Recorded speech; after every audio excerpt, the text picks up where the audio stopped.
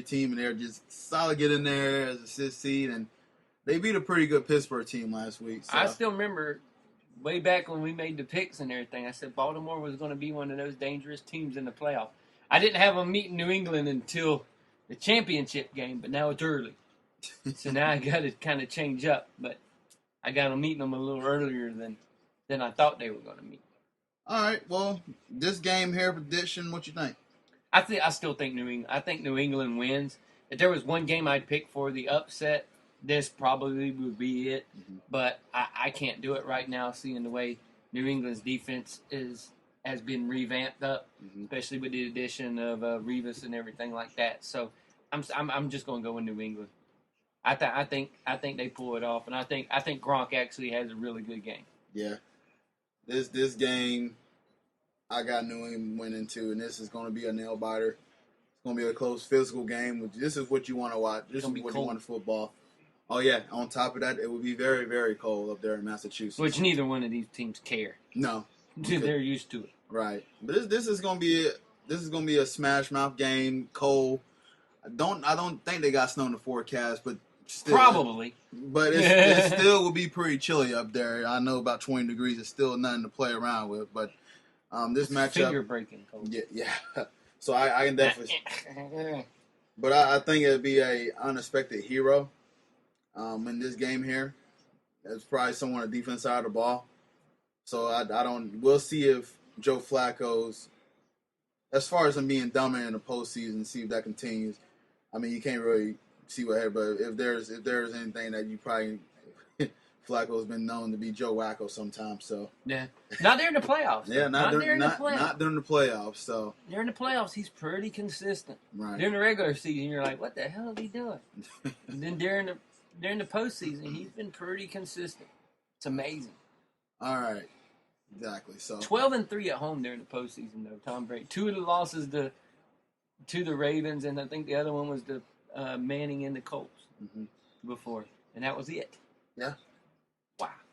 I'm definitely I'm impressed with their postseason dominance. So and it should likely continue as me and Kevin both picked them to advance to the AFC Championship game. No, I'm just kidding. All right, move on to the next game in AFC. We go to the Broncos. Denver Broncos is at home versus the Indianapolis Colts. Both teams, this is pretty interesting. Both teams include 2 wideouts that are top of the 220-plus targets here. T.Y. Hilton has 31 targets with 14 catches, 528 yards with 5 touchdowns. Over 30, yeah. Yeah. Over 20 yards down the field. Mm-hmm. And then Emmanuel Sanders with 33 targets and actually converted on 15 of those catches, 514 yards and 3 touchdowns. So this is a very nice matchup here. Colts are very pass-heavy. Yeah, because their running game sucked. Agreed. 61% pass, 39% run. They're the only team left in the playoff with that high of a ratio. And then the Broncos led the NFL in net yards per attempt and rushing yards per carry, 7.5, and then 4 rushing yards per carry. So I want to get your initial thoughts on this particular matchup with the Denver Broncos. If Peyton Manning throws the ball 30 times, whoever's running Denver's offense needs to be slapped in the face. Indianapolis cannot stop no one's running game. It's been the thing for a decade in Indianapolis that they can stop no one from running the football. Run the ball down their throats. End them quick, and you'll be done with it. I don't even think this game will be I don't even think it'll be close. I really don't think it'll be close. My thought, yeah, and run the ball. If something's wrong with Peyton, just don't let him throw it that much. Just run. Yeah. Run. That's all you need to do. I agree with you, Kevin. This team sucks at some tackling people. Just run. You have a running game. Just shove it right down their throat. Yeah, now the C.J. Anderson coming on there at the end of the season. You got Ronnie Hillman back. Yeah, just run. So you got that 2 duo combo to go ahead and run the ball. Just run. Run, ball control, then you won't have to worry about the Colts getting the ball and slinging it all down the field like they do. Oh, yeah, I'll make it a time possession game and keep Andrew Luck off the field and retire their defense. This is a way that you should attack that. Just so run. So I'm with you there. Now, are there particularly matchup here? Is that run? That's pretty much just run. That's it.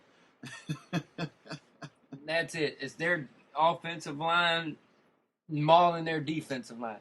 Run. What the heck is that? We're actually on a list. Oh, highest pass to run ratio. It's because we sucked so bad we had to throw at the end of the game.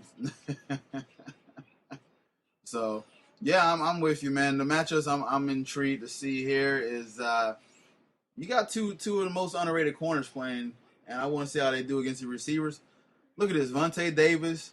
If you quarterback rating allowed against him is 38. Interceptions he had caught is 4. Chris Harris Jr. 47.8. Interceptions allowed 3. 3 for Chris Harris. So a lot of these quarterbacks don't really throw these guys away. So I mean, like you said, their passing defense, even the Colts passing defense, is solid. So like you said, don't challenge it because they can't stop the run. Right. So I mean, but you only got one Vontae Davis, so therefore somebody is going to be with Denver, 4 horsemen. Somebody should be good to go to catch some of these passes through the middles and slants and everything like that. So yeah, this is definitely going to be a possession game. But I'm intrigued to see how these corners match up against the wide receivers because Chris Harris, I'm pretty sure he's going to get a crack at T.Y. Hilton. Yeah. So, and that lead to Lee go ahead and guard in their other slot. Rangy Wade. Yeah.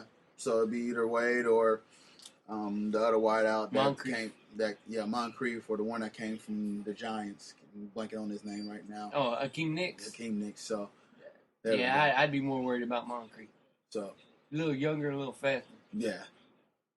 All right, so since this one is pretty much run the damn ball. Just run the ball. Prediction on this game here. But watch, they'll throw it 30 times. Peyton will throw 3 picks, and Indianapolis will be in it right till the end of the game. Well, Adam Gase has been a wonderful mind offensive coordinator. I hope he doesn't do that. I think Denver will win.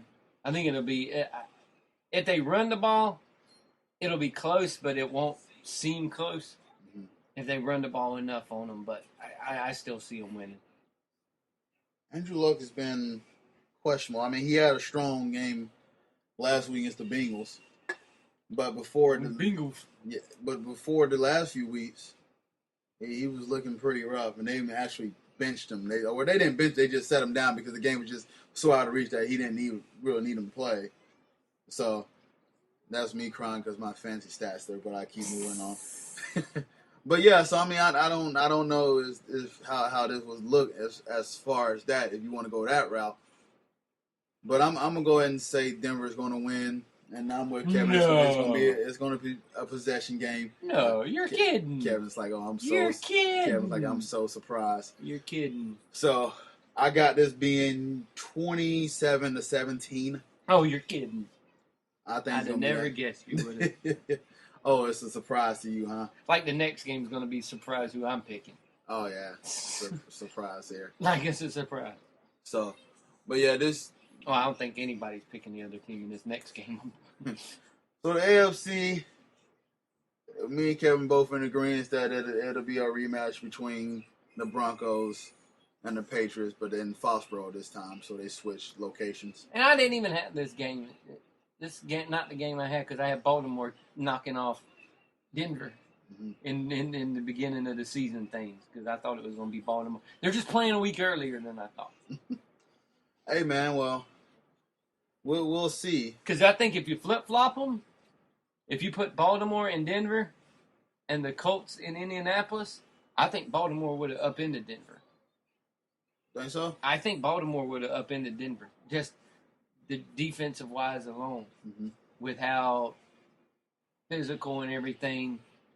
I still picture Denver as a finesse team. I don't think they got that physicalness yet that they were looking for, that kind of the nastiness.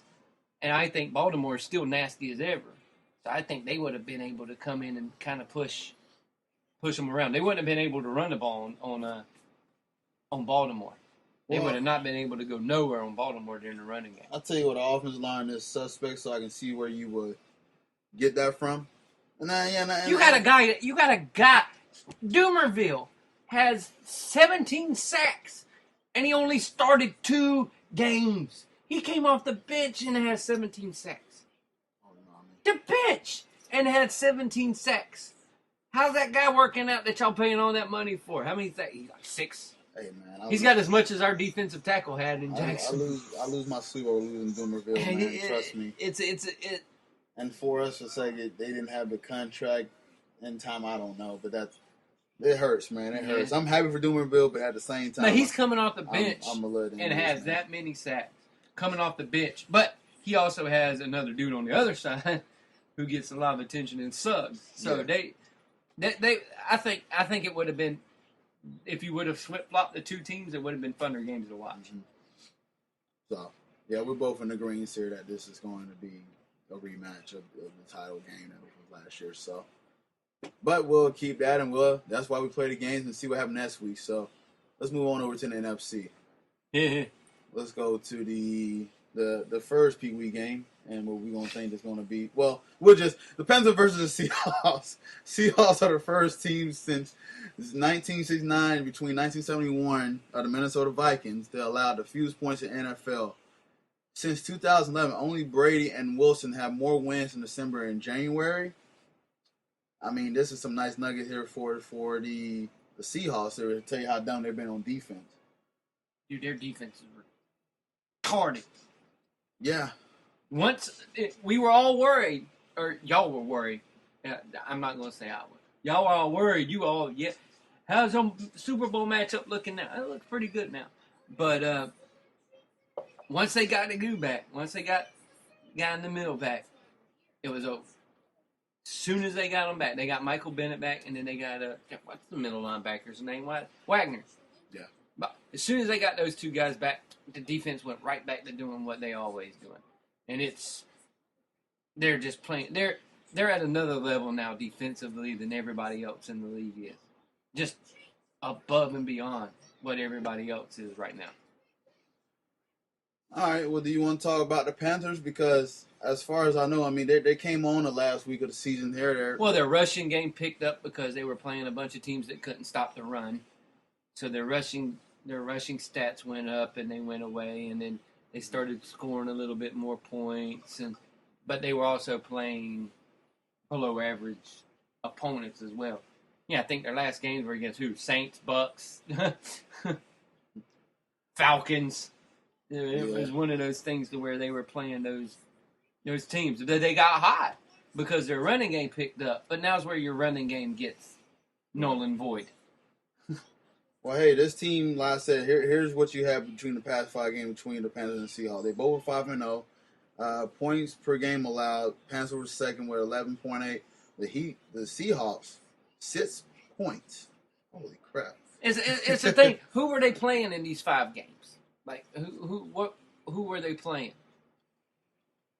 Like who was Carolina playing, and who did Seattle play in the last 5 games? Because I'm assuming they're saying 5-0 in the regular season. Yeah, 5-0 in the regular. Yeah, to end out the regular season. Yeah, 5-0 in the regular season. That's kind of what I would like to see is why'd you hit the Cardinals? Why I hit the Cardinals? Yeah, we went talking about the Cardinals. Cardinals are nowhere to be found now. Cardinals lost, by the way, if you didn't already know. All right. So their last 5 games were against New Orleans, Tampa Bay, Cleveland, Atlanta, and Minnesota, which they lost against Minnesota. Well, I guess they're counting. So they were counting the Cardinals as 5-0. So they beat New Orleans, who was poop. Tampa Bay, who was poop. Cleveland at the end of the year, who was poop. And Atlanta, who was poop. Well, there you go. All right, that may be why you looked so good. And then Arizona, who had no quarterback. And then the last 5 games that Seattle won: San Francisco, Philadelphia, San Francisco, Arizona, and St. Louis. Need you say any more?